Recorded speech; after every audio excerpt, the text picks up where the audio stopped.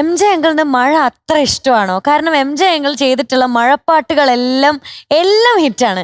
ഈ പാട്ടായാലും മഴയെ തൂമഴയായാലും രാക്കിളി തന്നെ ആയാലും ജൂണിലെ നിലാമഴയായാലും എല്ലാ പാട്ടും എന്നതിന്റെ മൊയ്തീനിലെ പാട്ട് അതൊക്കെ ഹിറ്റാണ്. ആദ്യം ഇങ്ങനത്തെ സിറ്റുവേഷൻ വരുന്നത് കൊണ്ട് അപ്പൊ അങ്ങനെ മഴപ്പാട്ട് ഇത്ര നന്നായി ചെയ്യുന്നതാണോ അതെയോ മഴ ഭയങ്കര ഇഷ്ടമാണ്? എന്താ അതിന്റെ സീക്രട്ട്? ഈ പാട്ടുകളൊന്നും എഴുതിയത് ഞാനല്ല, ചെയ്യുന്നത് എം ജെ അങ്കിളാണല്ലോ. ഞാനൊരു ഈണമല്ലേ ചെയ്തുള്ളൂ, അതെ അത് എഴുതിയത് ഞാനല്ലല്ലോ.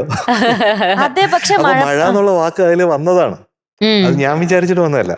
പക്ഷെ മഴയെ തൂമഴ എന്നുള്ളത് ഞാൻ വെറുതെ ഡമ്മി പാടിയപ്പോ തന്നെ മഴയെ തൂമഴയെന്ന് തന്നെ പാടിയത്. ഓ, എം ജെ അങ്കിൾ അങ്ങനെ പാടിയപ്പോ തന്നെ മഴയെ തൂമഴയെന്നാണ് പാടിയത്. അതൊരു മഴയത്ത് അങ്ങനെ അഴകപ്പൻ ചേട്ടൻ അങ്ങനെ പറഞ്ഞിരുന്നു, അങ്ങനെയാണ് എന്നുള്ളത്. ഇതിപ്പോ ഒരു മഴ ഉണ്ടെന്നൊന്നും പറഞ്ഞിട്ടില്ല. പക്ഷെ ഏതോ രാത്രി മഴ മോളി വരും പാട്ട് എന്ന ആ പാട്ടിനെ കുറിച്ച് ആ ട്യൂൺ കേട്ടപ്പോ ഗിരീഷേട്ടന് തോന്നിയതാണ് എഴുതിയത്. അപ്പൊ മനസ്സിൽ മഴയില്ലായിരുന്നു, മനസ്സിൽ മഴയില്ലായിരുന്നു. ജൂണിലെ നിലാമഴയുടെ കഥ ഞാൻ പറഞ്ഞിട്ടുണ്ട്, അതിൽ ഞാൻ മഴ കൊണ്ടൊന്നുമല്ല, വേറൊരു പാട്ട് അതിൽ നിന്ന് വന്നതാണ് അല്ലെ. രാക്കിളിതൻ വഴിമറയും നോവിൻ പെരുമഴക്കാലം എന്നുള്ളത് റഫീഖ് എഴുതി തന്ന ലിറിക്സ് ആണ്. ട്യൂൺ ഉണ്ടായിരുന്നു, പക്ഷെ എന്നാലും ആ ലിറിക്കും കൂടെ ചേർത്തിട്ടാണ് അത് ഈണം ചെയ്തിരിക്കുന്നത്. അത് ഒരു പെരുമഴക്കാലം തന്നെയാണല്ലോ ആ സിനിമയുടെ പേര്. അപ്പൊ എന്തായാലും മഴ അതിനകത്ത് വരാതിരിക്കാൻ പറ്റൂല.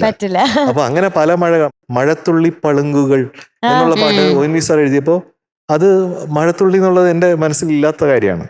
പക്ഷെ ഒ.എൻ.വി. സാർ എഴുതിയപ്പോ അത് രസമുണ്ടായിരുന്നു. അപ്പൊ പലപ്പോഴും മഴ എന്നുള്ളത് ഞാൻ വിളിക്കാതെ വന്ന എന്റെ കൂട്ടുകാരനാണ്, വളരെ അടുത്ത കൂട്ടുകാരനാണ്, ബെസ്റ്റ് ഫ്രണ്ടാണ്. അതെ അതെ.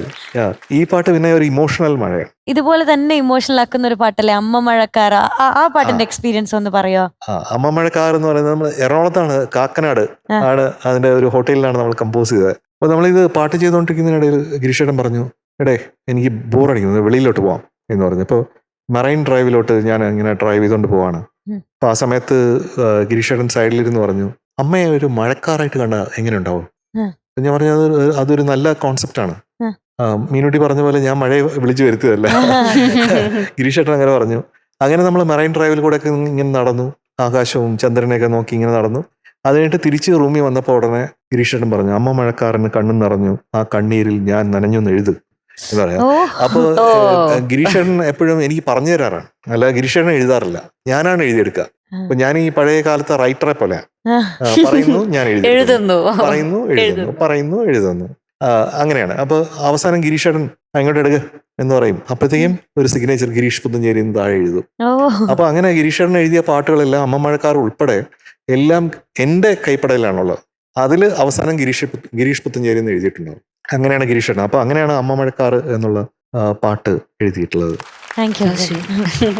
ഉണ്ണിയങ്കിൾ, പുതുവെള്ളി മഴ അവിടെ ഉണ്ടൊരു മഴ, അവിടെയും മഴ. ഞാൻ മഴപ്പാട്ട് കുറെ പാടിയിട്ടുണ്ട്. യെസ്, മഴനീർ തുള്ളികള്, മെയിൻ പാട്ടുകൾ മഴയുടെ ഉണ്ട്.